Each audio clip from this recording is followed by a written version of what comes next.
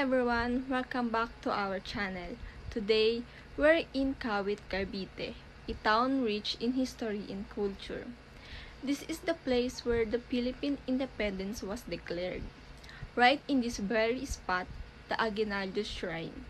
So, join us as we explore the town and dive into its history, traditions, foods, and so much more. That's right. We're not just here to see the iconic Aguinaldo Shrine, but we're also going to talk about the town's heritage, the local economy, and the things that make Kawit so unique. So stay tuned. You don't want to miss this. So, first things first, let's talk about the Aguinaldo Shrine itself. This is where Emilio Aguinaldo, our first president, declared Philippine independence from Spain on June 12, 1898. Imagine the historical significance of this place. Exactly. This is not just a shrine. It's a symbol of our nation's struggle for freedom. The Grand Bando Aguinaldo, or the Aguinaldo flag raising ceremony, happened here. The site is now a national shrine to preserve and honor the moment that happened in here. Now that we are outside the shrine, let's take a quick walk through the town itself. Kawit is located in the province of Cavite, just a short drive from Manila. It's a growing town with a population of about 100,000 people, and while it's becoming more modern, it has kept its historical roots alive.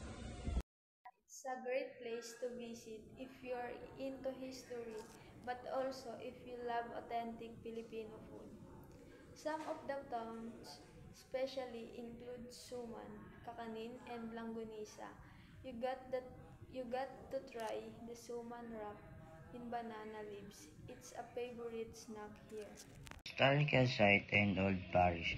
Beside the Aguinaldo Shrine, another important historical site in Kawit is the Imus Cathedral, or the Our Lady of the Pillar. It's just nearby and has witnesses many key events during PH Revolution. And speaking of historical landmarks, there are also the Kawit Old Parish Church, which is a symbol of the town's long-standing Catholic faith. The church is over a century old and is dedicated to Saint Mary Magdalena, who is the town patron saint. Kawit, while being historically rich, it's also an evolving town. Its economy is largely based on agricultural, but it's also seeing a growth in retail and light procedures, especially on mangoes and coconuts. And of course, it's not far from Metro Manila, so it benefits from being part of Calabarzon region. Right.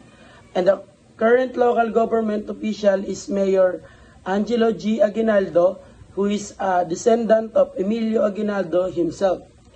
It's amazing to see how the legacy of Aguinaldo family still shapes the town leadership. When it comes to language, people in Kawit mostly speak Tagalog or Filipino, but the local dialect is Caviteño, which is a variant of Tagalog that some unique expression and accents. And they have their own tradition to one of the most exciting celebrations. Here is the Fiesta ng Kawit in honor of Saint Mary Magdalene. It's a vibrant event filled with procession, dance, and of course, lot of food. And also guys, don't forget about the Sublian Festival, which is celebrated annually. It is a colorful cultural fest that showcases the province's devotion to the Holy Cross and the rich history of the town. People come from all over to witness the folk dances and rituals that have been passed down through generations.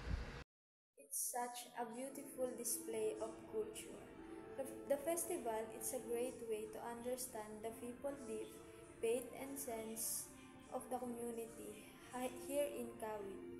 There's so much pride in their history, their faith, and their roots. Let's take a moment to dive into the history of Kawit itself. The town of Kawit was originally known as Kawit de Cavite, and it was part of the Cavite province during the Spanish era.